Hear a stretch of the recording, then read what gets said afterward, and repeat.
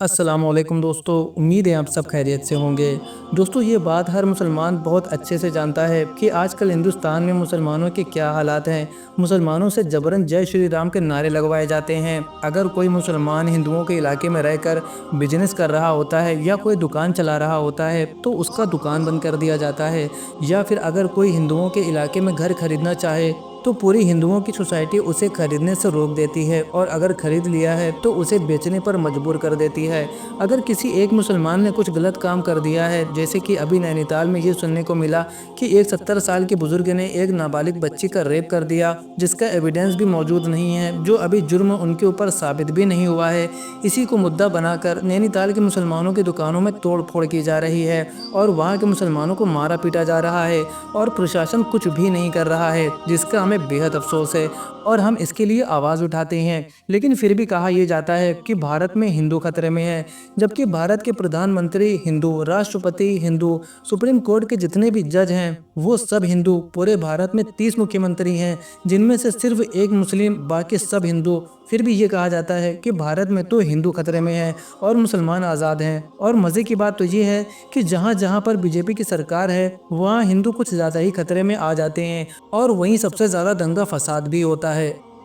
دوستو، آپ ابھی اسکرین پر جس لڑکی کو دیکھ رہے ہیں، ان کا ہم نام تو نہیں جانتے ہیں، لیکن انہوں نے اپنے بیان میں جو کچھ بھی کہا ہے اسے سننا ہر مسلمان کے لیے بہت ہی زیادہ ضروری ہے۔ یہ ایک چھوٹی سی لڑکی ہے، لیکن باتیں وہ کرتی ہے جو ہمارے علماء کو کرنا چاہیے، جو ہمارے مسلم لیڈروں کو کرنا چاہیے، لیکن وہ نہیں کر پاتے ہیں۔ دوستو، آپ بھلے ہی ہمارے چینل کو سبسکرائب کریں یا پھر نہ کریں، لیکن آج کی یہ ویڈیو آپ پوری ضرور دیکھیے گا اور اس ویڈیو کو جتنا ہو سکے اتنا شیئر کریے گا۔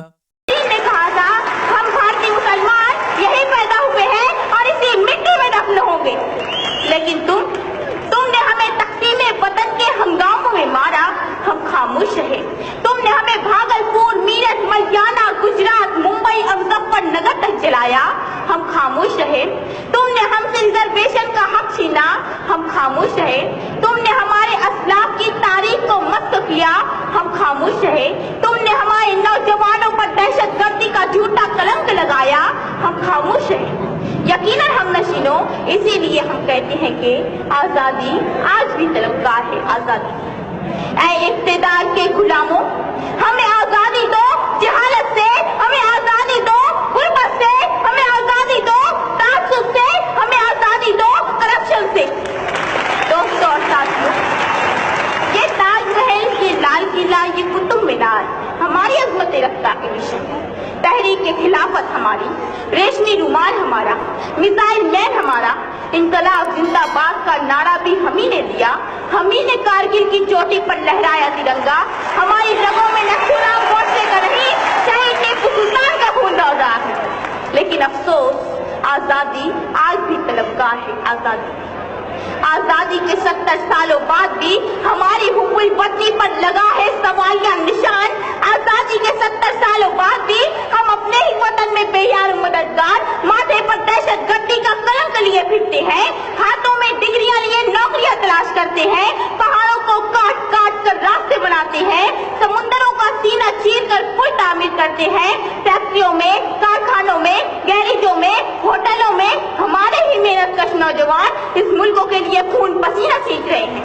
سرحدوں پر بھی ہم، مراد آباد کے برتن ہمارے، فیروز آباد کی چوڑیاں ہماری، علی گڑھ کے تالے ہمارے، بنارس کی ساڑیاں ہماری، کانپور کی جوتیاں ہماری، مالیگاؤں اور بھیونڈی کے کپڑے ہمارے، پھر بھی ہم 70 سال سے ننگے اور بھوکے۔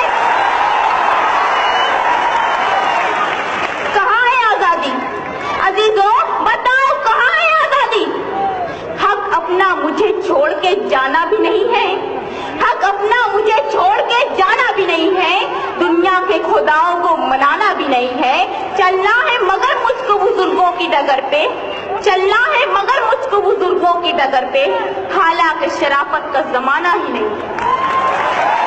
میں نہیں، سچر کمیٹی رپورٹ کہتی ہے ہندوستانی مسلمان تعلیمی، سماجی، سیاسی سطح پر دلتوں سے بھی پچھڑے ہوئے ہیں۔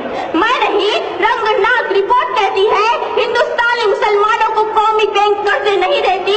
میں نہیں، سچر کمیٹی رپورٹ کہتی ہے ہندوستانی مسلمانوں کے لیے اعلیٰ ہاؤسنگ سوسائٹیوں کے دروازے بند ہیں۔ میں نہیں، محمود الرحمان کمیٹی رپورٹ کہتی ہے